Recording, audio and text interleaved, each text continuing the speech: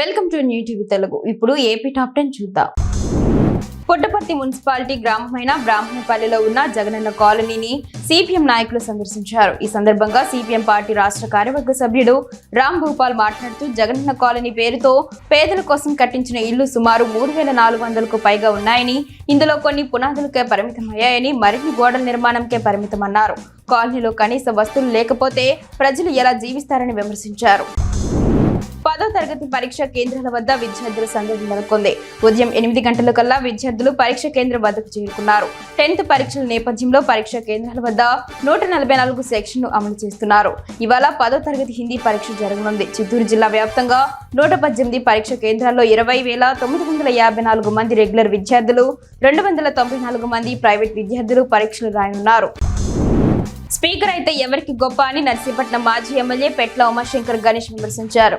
నూకాంబిక అమ్మవారి ఆలయానికి సంబంధించి మీడియా సమావేశం పెట్టి గౌరవ స్పీకర్ అయ్యన్న పాత్రుడని సంబోధిస్తే ఒక పోరంబోకు చేత తనపై విమర్శలు చేయించారన్నారు. 2019 డిసెంబర్ తర్వాత టెండర్లు పిలిచి నూకాంబిక గుడి కడితే టీడీపీ హయాంలో కట్టామని స్పీకర్ చెప్పుకోవడం ఏంటని ప్రశ్నించారు. అరకులోయ మండలంలో 3 కేంద్రాలలో ఓపెన్ 10 పరీక్షలు ప్రారంభమయ్యాయి. జిల్లా ఎస్పీ అమిత్ బర్ధర్ ఆదేశాల మేరకు పరీక్షలకు కేంద్రాల వద్ద బందోబస్తు ఏర్పాటు చేశారు. హాల్ టికెట్ చూసిన తర్వాత పరీక్ష కేంద్రంలోకి అనుమతిస్తున్నారు. పరీక్షకు హాజరయ్యే విద్యార్థులు సెల్ ఫోన్లు, ఎలక్ట్రానిక్ వస్తువులకు అనుమతించమన్నారు. ఓపెన్ విద్యార్థులు ఒక కేంద్రానికి బదులు మరో కేంద్రానికి వెళ్లి తడబాటుకు గురయ్యారు. ఆహారంలో పెరిగిపోయిన కల్తీ విషయం గురించి తాడేపల్లిగూడెం ఎమ్మెల్యే బొలిశెట్టి శ్రీనివాస్ అసెంబ్లీ సమావేశాల్లో ప్రస్తావించారు. నేడు ఎక్కడ చూసినా ఆహారంలో టేస్టింగ్ సాల్ట్ వేస్తున్నారని, దీనివల్ల క్యాన్సర్ వచ్చే అవకాశం ఉందని అన్నారు. అలాగే ఫుడ్ సేఫ్టీ అధికారులు జిల్లాకు ఒక్కరే ఉన్నారని, దీనిపై ప్రభుత్వం సంబంధిత మంత్రి చర్యలు తీసుకోవాలని కోరారు. రాష్ట్ర ప్రభుత్వం జీసీసీ ద్వారా ఎందుకు కొనుగోలు చేయడం లేదని సిపిఎం పార్టీ జిల్లా కార్యదర్శి డి గోవిందరావు, జిల్లా నేత సిల్లా ప్రసాద్, గిరిజన సంఘం జిల్లా కార్యదర్శి నిమ్మక అప్పన్న ప్రభుత్వాన్ని ప్రశ్నించారు. కొత్తూరు మండలం ఇరపాడుగూడ, గొట్టుపల్లి గ్రామంలో ప్రజా చైతన్య యాత్రలు నిర్వహించారు. ప్రభుత్వం జీసీసీ ఫారెస్ట్ డిపార్ట్మెంట్ గిరిజన ఉత్పత్తులు కొనుగోలు చేయాలన్నారు. హిమ సోయగాల నడుమ సూర్యోదయం చూపర్లను విశేషంగా ఆకట్టుకుంది.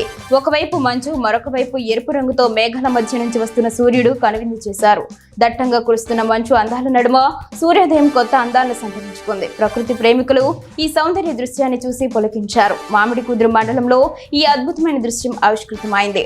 పలువురు ఈ అద్భుత దృశ్యాలను వీడియోలు తీసుకున్నారు. శ్రీకాకుళం జిల్లా కలెక్టర్ స్వప్నిల్ దినకర్ నిర్వహించిన వీడియో కాన్ఫరెన్స్ లో నరసన్నపేట ప్రభుత్వ అధికారులు హాజరయ్యారు. ఈ సందర్భంగా జిల్లా కలెక్టర్ ఆదేశాలు జారీ చేస్తూ ఉపాధి హామీ పథకంలో భాగంగా 1,52,000 మంది ఉపాధి పనుల్లో ప్రతిరోజు పాల్గొనాలని ఆదేశించారు. అలాగే ప్రాపర్టీ 4 సర్వే నిర్వహణ నేటితో ముగిసిందని, ఇంకా పూర్తి స్థాయిలో చేపట్టిన వారు వివరాలు అందజేయాలని ఆయన పేర్కొన్నారు. నాటుసారా నిర్మూలనకు ప్రభుత్వం ఏర్పాటు చేసిన నవోదయం 2.0 కార్యక్రమంలో భాగంగా రాజమండ్రి రూరల్ మండలం వెంకటనగరంలో అవగాహన సదస్సు జరిగింది. జిల్లా ప్రొహిబిషన్ ఎక్సైజ్ అధికారి సిహెచ్ లావణ్య ఈ కార్యక్రమానికి ముఖ్య అతిథిగా పాల్గొని ప్రసంగించారు. నాటుసారా వినియోగం వల్ల ఆరోగ్యం పూర్తిగా దెబ్బతింటుందని, దీనికి బానిసలు కాకూడదని విజ్ఞప్తి చేశారు. నాటుసారా తయారు చేయడం, వినియోగించడం నేరమని అన్నారు. కనిగిరి బాలికొంత పాఠశాలలో బాలికలపై వేధింపులకు పాల్పడుతున్న ఉపాధ్యాయుడి ఉదంతంపై సిఐ భీమా నాయక్ స్పందించారు. ఆయన మాట్లాడుతూ తల్లిదండ్రుల ఫిర్యాదుపై విచారణ చేపడుతున్నామన్నారు. బాలికల నుంచి వాంగ్మూలం నమోదు చేసి నిందితుడికి జ్యుడిషియల్ కస్టడీ కోసం చర్యలు తీసుకుంటున్నట్లు చెప్పారు. 10 రోజుల క్రితం విద్యార్థినిలతో ఉపాధ్యాయుడు అసభ్యంగా ప్రవర్తించి ఇంట్లో చెప్తే కొడతానని బెదిరించినట్లు తెలిసిందే.